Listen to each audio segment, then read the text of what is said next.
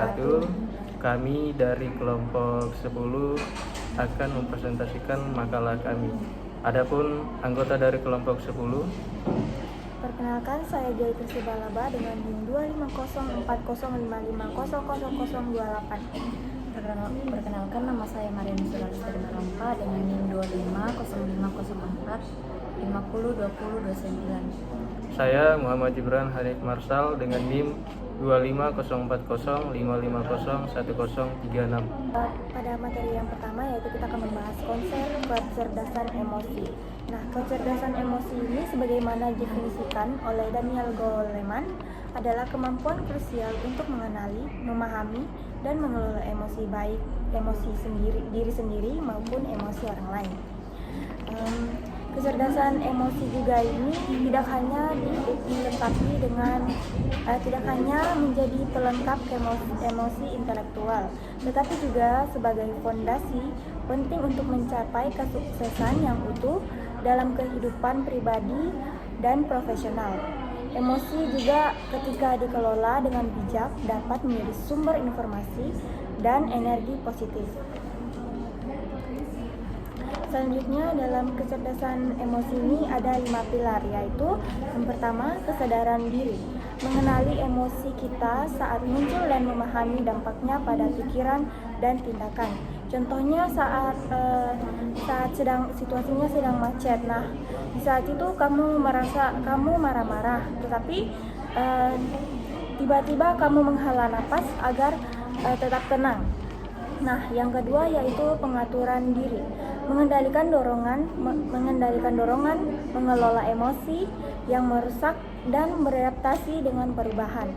Contohnya itu saat kamu ingin makan sesuatu hal yang manis, padahal kamu ini lagi sedang diet. Nah, tapi kalian ingat bahwa kalian mempunyai diabetes. Nah, dari situ kalian mengurungkan niat untuk memakan makanan yang manis-manis. Yang ketiga yaitu empati, kemampuan untuk memahami dan berbagai perasaan serta perspektif orang lain. Contohnya itu ketika teman mempunyai nilai yang jelek, kita bisa mendengarkan keluh kesah dan menghiburnya.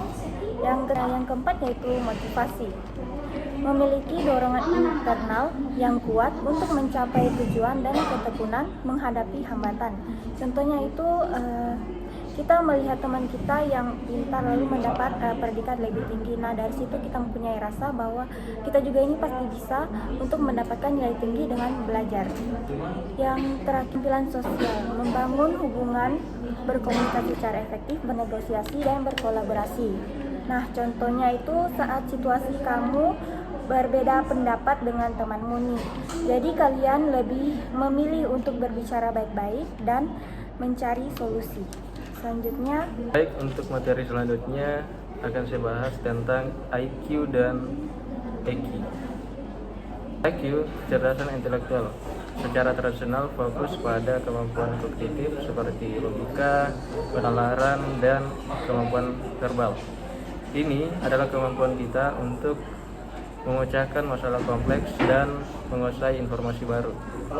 Di sisi lain, EQ, kecerdasan emosi, lebih menekankan pada pengelolaan emosi dan membangun hubungan sosial yang sehat. Ini tentang bagaimana kita berinteraksi dengan dunia di sekitar kita. Meskipun berbeda, keduanya saling melengkapi.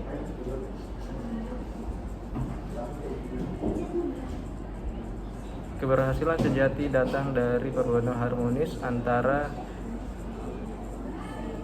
kemampuan berpikir dan keberhasilan sejati datang dari perpaduan harmonis antara kemampuan berpikir rasional dan kecerdasan emosional yang matang. EQ dalam pembelajaran mengubah cara pandang siswa, meningkatkan keterlibatan, meningkatkan fokus, motivasi, dan kesejahteraan mental siswa, menciptakan lingkungan belajar yang positif, membangun hubungan positif dengan teman sebaya dan guru, serta menghadapi tantangan akademik dengan baik.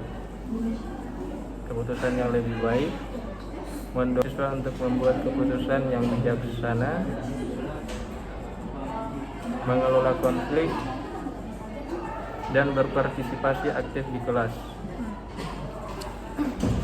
Yang selanjutnya yaitu mengembangkan IQ siswa, yaitu pendidikan IQ membutuhkan pendekatan holistik yang melibatkan berbagai pihak.